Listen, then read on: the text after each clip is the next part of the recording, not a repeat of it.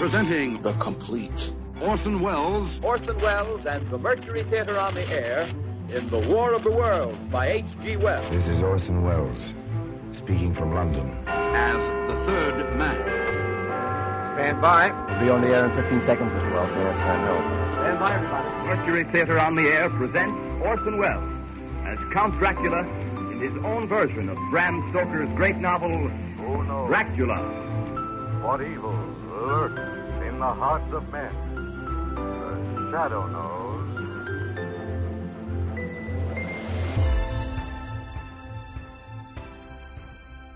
Hello, and good morning, good afternoon, and good evening, depending on what time you're listening to this. Welcome to another weekly episode of The Complete Orson Welles. We are carrying on the Christmas theme. This week's episode will be The Happy Prince. It is a short story by the writer Oscar Wilde. The original story was published May 1888, so it's a rather old story. This aired on the Orson Welles Show, also known as the Lady Esther Show. Lady Esther was a women's cosmetics company at that time, and they sponsored Orson for a little while, I think for about a year or so. This drama features his usual cast of characters, Agnes Moorehead, along with Joseph Cotton. This episode aired December 22nd, 1941. And it came to pass in those days that there went out a decree from Caesar Augustus that all the world should be taxed. And all went to be taxed, every one into his own city. And Joseph also went up from Galilee, out of the city of Nazareth into Judea, unto the city of David, which is called Bethlehem, to be taxed with Mary, his espoused wife, being great with child. And so it was that while they were there, the days were accomplished that she should be delivered. And she brought forth her firstborn son, and wrapped him in swaddling clothes, and laid him in a manger, because there was no room for them in the inn. And there were in the same country shepherds abiding in the field, keeping watch over their flock by night. And lo, the angel of the Lord came upon them, and the glory of the Lord shone round about them, and they were sore afraid. And the angel said unto them, Fear not, for behold, I bring you good tidings of great joy, which shall be to all people. For unto you is born this day in the city of David a Savior, which is Christ the Lord. And this shall be a sign unto you. Ye shall find the babe wrapped in swaddling clothes, lying in a manger. And suddenly there was with the angel a multitude of the heavenly host, praising God and saying, Glory to God in the highest, and on earth peace, goodwill toward men.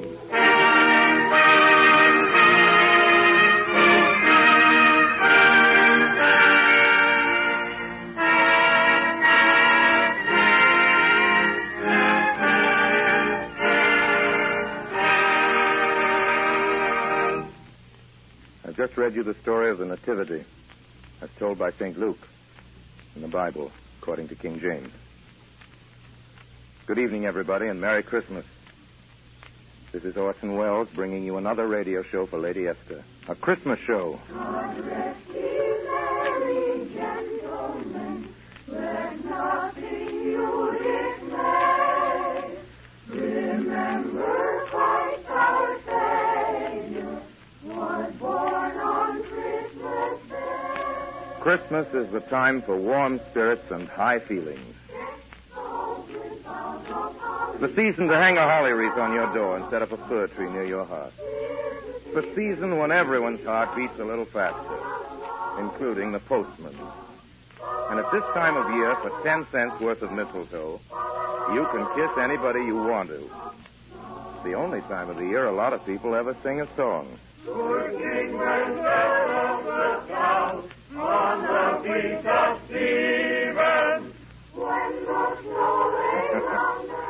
Above all, it's the time for good things. For plum puddings and Santa Claus and Dunder and Blitzen and Tom and Jerry.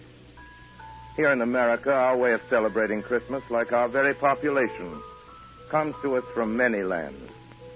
From the old Scandinavian Druids, we've taken the mistletoe and the happiness it stands for. From the French, we've learned to sing a glad Noel. From England, we've adopted holly and the Yule log.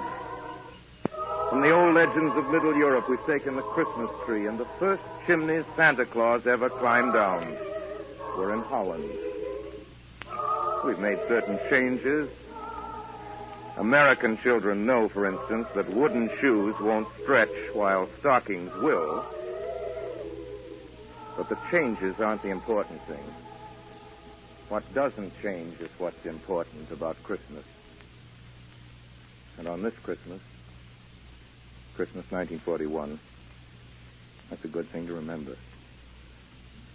God rest you merry, ladies and gentlemen. Let nothing you dismay. We send you with this program the warmest greetings of Christmastide. Goodwill toward all men of goodwill throughout the world.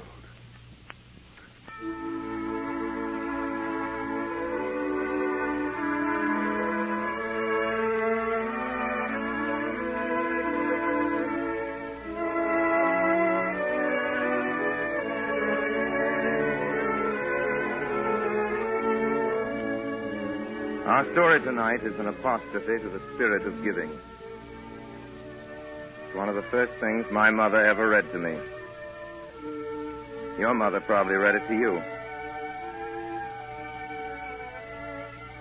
It's called The Happy Prince. We'll do it for you in just a minute. All right. Now here's the story of The Happy Prince.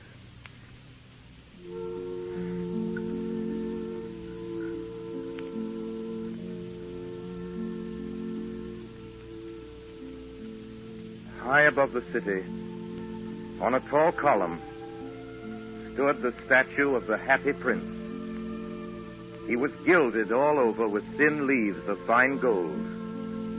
For eyes, he had 2 bright sapphires, and a large ruby glowed on his sword hilt. He was very much admired indeed. One night there flew over the city a little swallow on his way south to the pyramids in Egypt. He stopped when he saw the statue on the tall column. I will put up here for the night. It is a fine position with plenty of fresh air. I have a golden bedroom. Just as the swallow prepared to go to sleep, a large drop of water fell on him. What a curious thing. There's not a single cloud in the sky. And yet it's raining. The climate here in the north is really dreadful. Then another drop fell. What's the use of a statue if it cannot keep the rain off? I must look for a good chimney pot. But before he'd opened his wings, a third drop fell. And he looked up and saw... what did he see? The eyes of the Happy Prince were filled with tears. And tears were running down his golden sheet. Who are you? I am the Happy Prince. Why are you weeping then? When I was alive and had a human heart, I did not know what tears were. My courtiers called me the Happy Prince, and happy indeed I was, if pleasure be happiness. Now that I am dead, I am up here so high, I can see all the ugliness and all the misery of my city. And though my heart is made of lead, yet I cannot choose but weep. What? Isn't that solid gold? The swallow said this to himself. He was too polite to make any personal remarks out loud. Far away in a little street, there is a poor house. One of the windows is open, and through it I can see a woman seated at a table. Her face is thin and worn, and she has coarse red hands, all pricked by the needle, for she is a seamstress. She is embroidering passion flowers on a satin gown for the loveliest of the Queen's maids of honor to wear at the next court ball. In a bed, in the corner of the room, her little boy is lying ill. He has a fever and is asking for oranges. His mother has nothing to give him but river water, so he is crying. Swallow, little swallow, will you not bring her the ruby out of my sword hilt? My feet are fastened to this pedestal, and I cannot move. I am waited for in Egypt. My friends are flying up and down the Nile and talking to the large lotus flowers. Swallow, little swallow, will you not stay with me for one night and be my messenger? The boy is so thirsty, and the mother is so sad. It's very cold here, but I will stay with you for one night and be your messenger. Thank you, little swallow. So the swallow picked out the great ruby from the prince's sword and flew away with it in his beak over the roofs of the town. He passed by the palace and heard the sound of dancing. A beautiful girl came out on the balcony with her lover. How wonderful the stars are, and how wonderful is the power of love. I hope my dress will be ready in time for the state ball. I have ordered passion flowers to be embroidered on it, but the seamstresses are so lazy. He passed over the river and saw the lanterns hanging to the masts of the ships. At last he came to the poor house and looked in. The boy was tossing feverishly on his bed, and the mother had fallen asleep. She was so tired. In he hopped and laid the great ruby on the table beside the woman's thimble. Then the swallow flew back to the happy prince and told him what he had done. It is curious, but I feel quite warm now, although it's so cold. That is because you have done a good action. And the little swallow began to think, and then he fell asleep. Thinking always made him sleepy. When day broke, he flew down to the river and had a bath. Tonight, I go to Egypt. The swallow was in high spirits at the prospect. When the moon rose, he flew back to the happy prince. Have you any commissions for Egypt? I am just starting. Swallow, will you not stay with me one night longer? I am waited for in Egypt. Tomorrow my friends will fly up to the second cataract. The river horse couches there among the bulrushes, and on a great granite throne sits the god Mammon. Swallow, swallow, little swallow. Far away across the city, I see a young man in a garret. He is leaning over a desk covered with papers. He is trying to finish a play for the director of the theater, but he is too cold to write anymore. There is no fire in the grate, and hunger has made him faint. I will wait with you one night longer. Shall I take him another ruby? Alas, I have no ruby now. My eyes are all that I have left. They are made of rare sapphires, which were brought out of India 1,000 years ago. Pluck out one of them and take it to him. He will sell it to the jeweler and buy firewood and finish his play.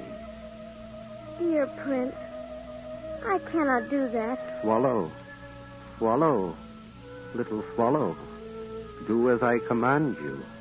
So the swallow plucked out the prince's eye and flew away to the student's garret. It was easy enough to get in as there was a hole in the roof. Through this he darted and came into the room. The young man had his head buried in his hands, so he did not hear the flutter of the bird's wings. And when he looked up, he found the beautiful sapphire.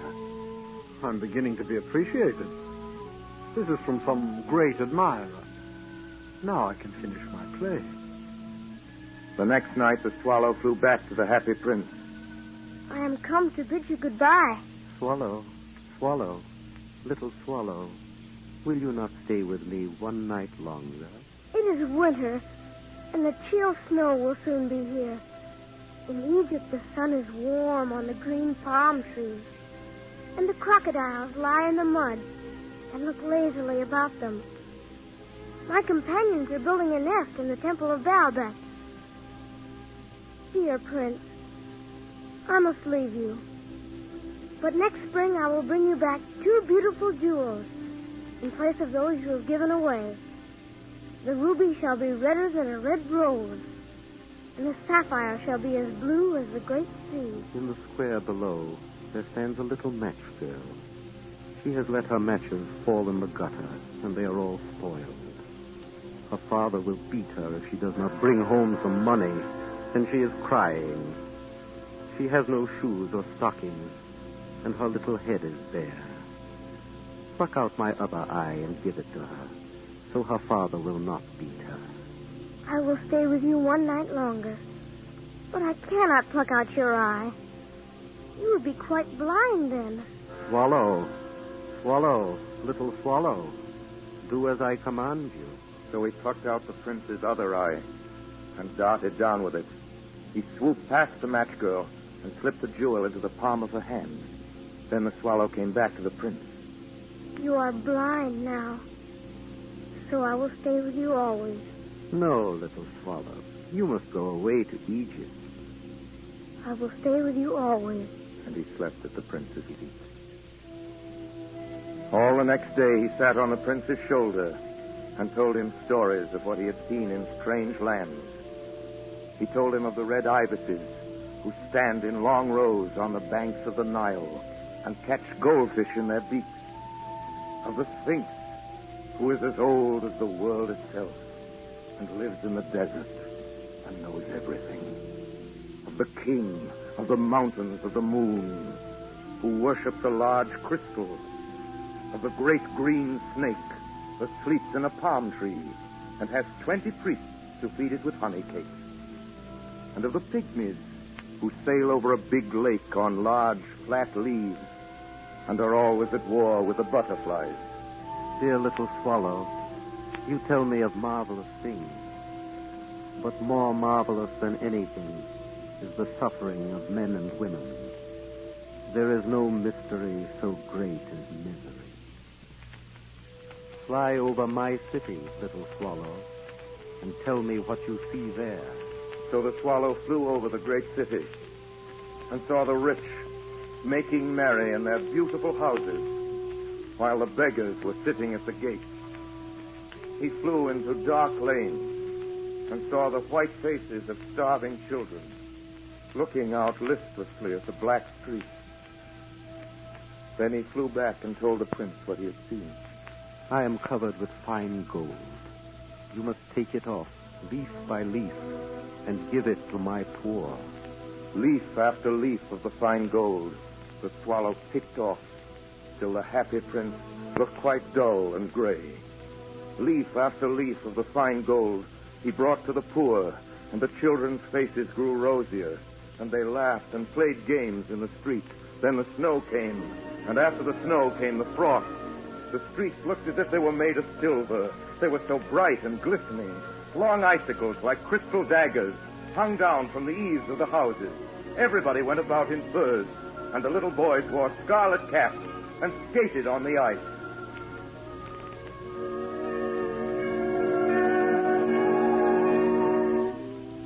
The poor little swallow grew colder and colder. He would not leave the prince. He loved him too well. He picked up crumbs outside the baker's door when the baker was not looking. Tried to keep himself warm by flapping his wings. But at last he knew that he was going to die. He had just enough strength to fly up to the prince's shoulder once more. Goodbye, dear prince. Will you let me kiss your hand? I am glad that you are going to Egypt at last, little swallow. You have stayed too long here. It is not to Egypt that I am going. I am going to the house of death. Death is the brother of sleep. Is he not? And he kissed the happy prince on the lips and fell down dead at his feet. At that moment, a curious crack sounded inside the statue, as if something had broken.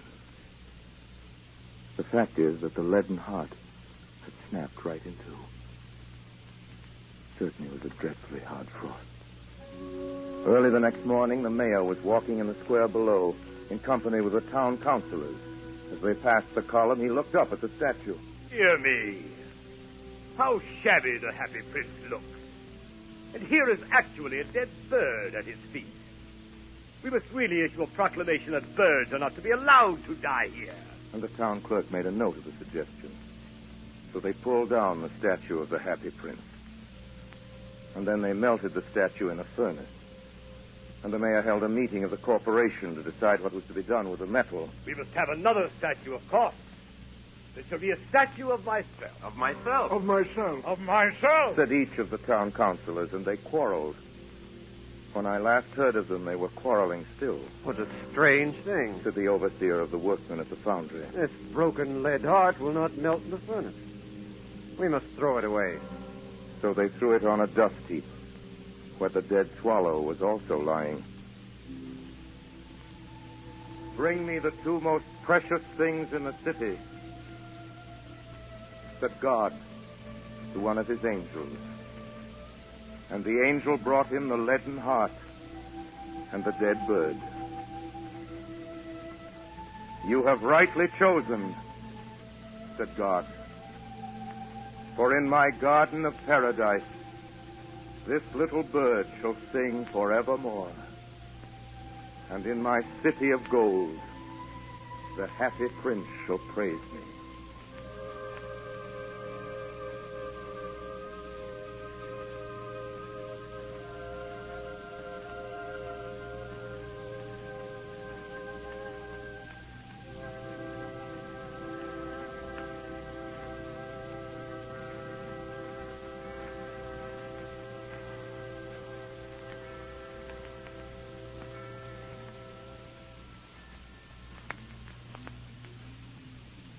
That was Wilde's The Happy Prince. The music was by Bernard Herrmann.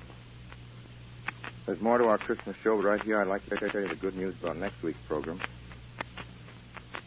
Our store is a new one, and it's the best thing of its kind that's come our way this year. And our guest is Miss Rita Hayworth. Now about tonight.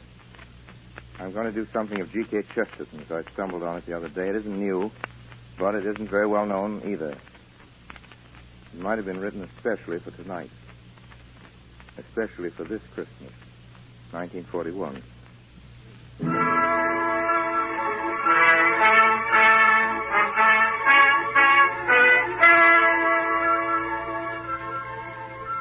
Our whole program tonight is intended to be a sort of radio Christmas card from Lady Esther and from all of us in the Mercury to you.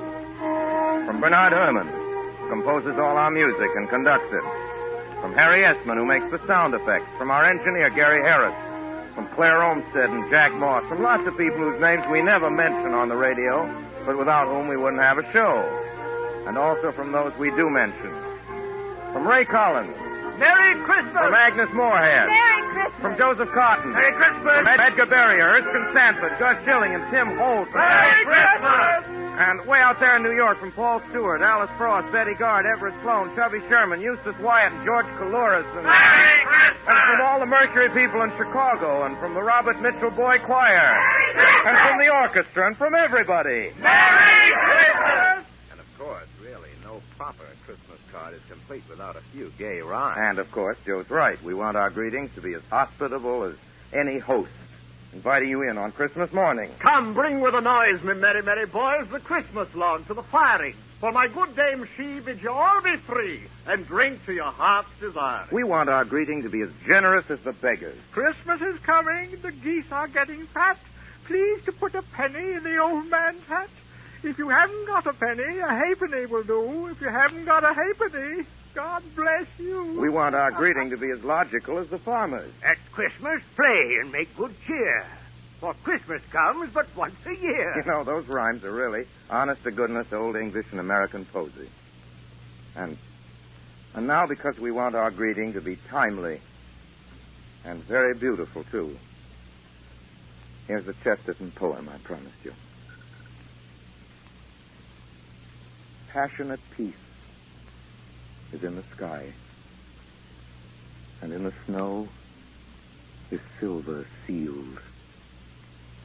The beasts are perfect in the field, and men seem men so suddenly. But take 10 swords, and 10 times 10, and blow the bugle in praising men. For we are for all men under the sun, and they are against us, every one. And misers haggle, and madmen clutch, and there is peril in praising much, and we have the terrible tongues uncurled that praise the world to the sons of the world. The idle, humble hill and wood are bowed about the sacred birth. And for one little hour, the earth is lazy with the love of good. But ready are you, and ready am I, if the battle blow and the guns go by. For we are for all men under the sun, and they are against us, every one. And the men that hate herd all together to pride and gold and the great white feather. And the thing is graven in star and stone, that the men who love are all alone. Hunger is hard, and time is tough. But bless the beggars and kiss the kings, for hope has broken the heart of things, and nothing was ever praised enough. But hold the shield for a sudden swing, and point the sword when you praise a thing, for we are for all men under the sun, and they are against us, every one, and meme and merchant, thane and thrall, hate us because we love them all. Only till Christmas tide go by, passionate peace is in the sky.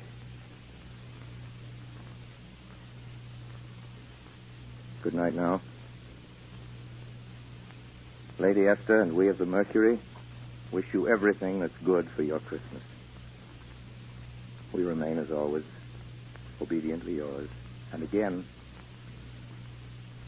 God rest you merry, ladies and gentlemen.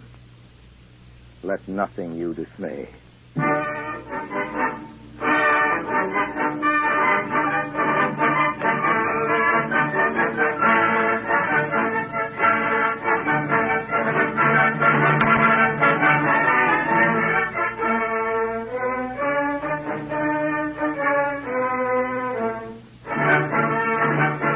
This is the Columbia Broadcasting System.